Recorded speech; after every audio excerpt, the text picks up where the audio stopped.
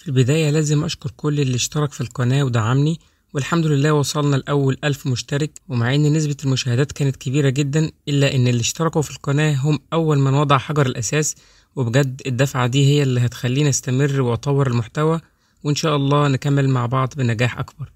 النهاردة هنتكلم عن تطبيق موبايل بسيط جدا في استخدامه وكبير جدا في إمكانياته، وكمان بدعم اللغة العربية بشكل كامل. تقدر من خلال التطبيق ده تعمل تحريك لأي شخصية، وكمان تقدر تختار أي شخصية أو أي صورة وتخليها تتكلم بصوتك، أو تخلي صورتك أنت تتكلم بصوت أي حد تاني من أصوات الذكاء الاصطناعي. ولو عاوز تعرف إزاي تعمل نشرة سياسية أو إخبارية زي دي، مرحبا بكم في نشرتنا السياسية على قناة الواقع. قام الخنزير نتنياهو بزيارة إلى الولايات المتحدة البلاستيكية. تابع معايا وانت تعرف في آخر الفيديو. يلا نبدأ الشرح.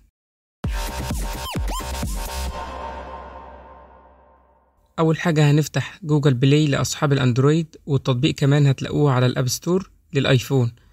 بعد ما نفتح المتجر هنكتب في البحث دريم فيس، هتطلع لنا النتيجة دي، هنضغط عليها هيفتح لنا صفحة التطبيق، هنعمل له داونلود. أنا طبعا محمله قبل كده، بس أنا بوريكم شكل الابليكيشن. بعد ما نعمل الداونلود هيتسطب الابليكيشن، هنروح نضغط عليه هيفتح اوتوماتيك على اللغة العربية زي ما احنا شايفين. وهنا هنلاقي إمكانيات الابليكيشن في الصفحة الرئيسية. مثلا هنا لو عايزين نعمل تحريك للصورة، هنا نخليه فيديو بيتكلم. هنا وضع نشرة الأخبار يعني أمام الكاميرا السيلفي، ودي مجموعة من الفلاتر وتحسين الصور. وهنا جميع أدوات الذكاء الاصطناعي لتعديل وإنتاج الفيديو. ولو نزلنا هنا هنلاقي مجموعة القوالب والمؤثرات الصوتية، وأدوات للكوميديا، أدوات تحسين الفيديو، وأدوات الرسوم المتحركة، فلاتر، ابتسامات. دي كلها أدوات ذكاء اصطناعي بتشتغل على الفيديو. وهنا نفس الأدوات لكن لتحرير الصور.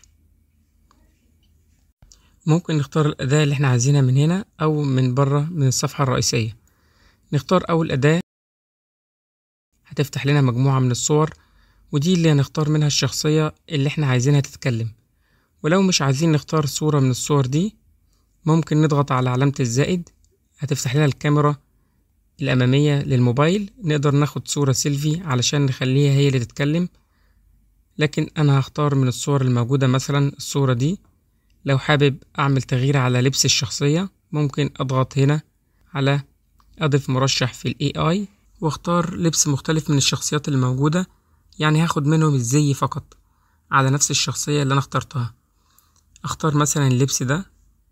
بعد كده نضغط على نيكست أو يتأكد، وبعدين اضغط على يكمل. هنا محتاجين ندخل الكلام اللي الشخصية هتقوله، يا إما ندخله عن طريق النص المكتوب أو عن طريق ملف صوت يكون موجود عندك على الموبايل تختاره، أو حتى تختار أغنية لو أنت عايز الشخصية تغني أي أغنية. أنا هدخل الكلام اللي عاوز يتقال. ممكن ناخد مساعدة من شات جي بي تي. هنفتح شات جي بي تي وأقول له اكتب لي نبذة تعريفية بصيغة الحاضر المتكلم عن دكتور وعالم في الذرة، تكون مطولة. أنا بحاول بس أختار حاجة مناسبة لشخصية الراجل الكبير اللي أنا اخترتها. بعد ما كتب لنا نبذة تعريفية عن دكتور أو عالم، أنا هطلب منه يكتب لي النص تاني بالتشكيل علشان الابليكيشن ما يخرفش ويقرأ الكلام غلط. فالأفضل دائما يكون الكلام بتشكيل. ناخد الكلام كوبي ونرجع للتطبيق بتاعنا، نعمل لصق.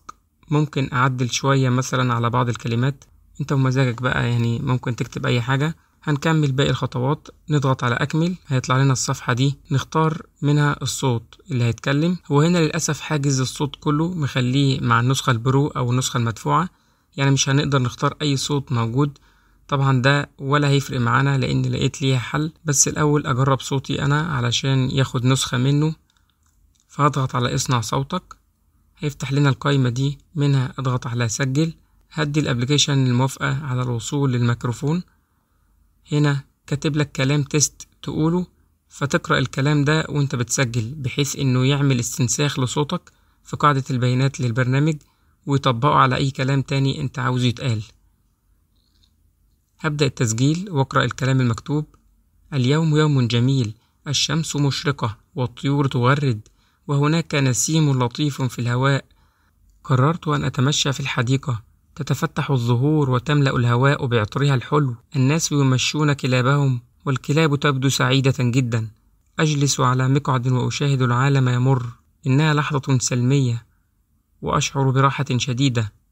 بعد ما انتهي من التسجيل هضغط على إيقاف التسجيل واضغط على علامة الصح هنا هكتب اسم للصوت أو أديله رقم مثلا عشان أميزه واضغط على أكمل.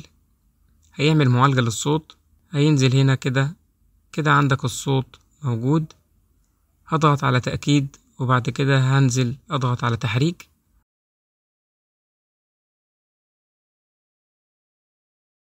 وانتظر ثواني أو دقيقة بالكتير. هيعمل معالجة ويدمج الصوت بتاعك مع الكلام اللي انت كتبته للشخصية مع الصورة اللي انت اخترتها. بعد ما يخلص تكون دي النتيجة. أنا دكتور أحمد محمود، عالم متخصص في علوم الذرة والفيزياء النووية. أحمل شهادة الدكتوراه في الفيزياء من جامعة بالولايات المتحدة الأمريكية. أعمل في مختبر الأبحاث النووية، حيث أكرس جهودي لدراسة خصائص الذرات. تتركز أبحاثي الحالية على كيفية تأثير تفاعلات الذرة على المواد. أعمل حاليا كأستاذ جامعي وأشارك في عدة لجان بحثية.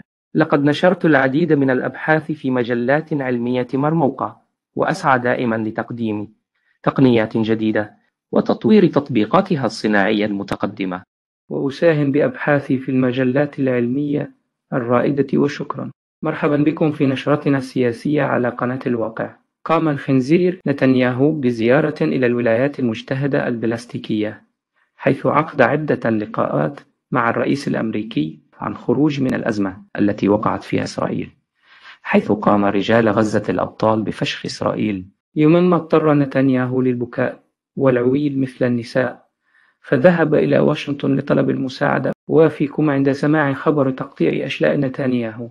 شكرا لمتابعتكم وإلى اللقاء. زي ما انتوا شايفين تحريك الشفايف هنا والوش والكلام. طبعا كل ما تختار صوت يلائم الشخصية هتتبسط من النتيجة. طيب لو انت عايز بقى صوت غير صوتك انت، وطبعا الأصوات هنا مقفولة زي ما احنا شفنا، عادي جدا هنروح لموقع 11 لابس، وده شرحناه كتير جدا على القناة، أو أي موقع تاني لتوليد الصوت بالذكاء الاصطناعي. تكتب له أي جملتين يقولهم وتختار أي فويس أوفر هناك يعجبك، وتنزل الفويس على الموبايل، وتيجي هنا تختار بدل ما تسجل صوت لا تختار ملف صوتي من على الجهاز، وهكذا. وبكده تكون اتحلت المشكلة بتاعت الأصوات المقفولة في الابليكيشن. طبعا الابليكيشن مليان أدوات كتير جدا بالذكاء الاصطناعي، هسيبكم تجربوها علشان وقت الفيديو. وبكده نكون وصلنا إلى نهاية فيديو النهاردة. أتمنى يكون عجبكم، وما تنسوش تدعموني بالاشتراك في القناة وعمل لايك للفيديو. شكرا لكم والسلام عليكم ورحمة الله وبركاته. وافيكم عند سماع خبر تقطيع أشلاء نتنياهو. شكرا لمتابعتكم وإلى اللقاء.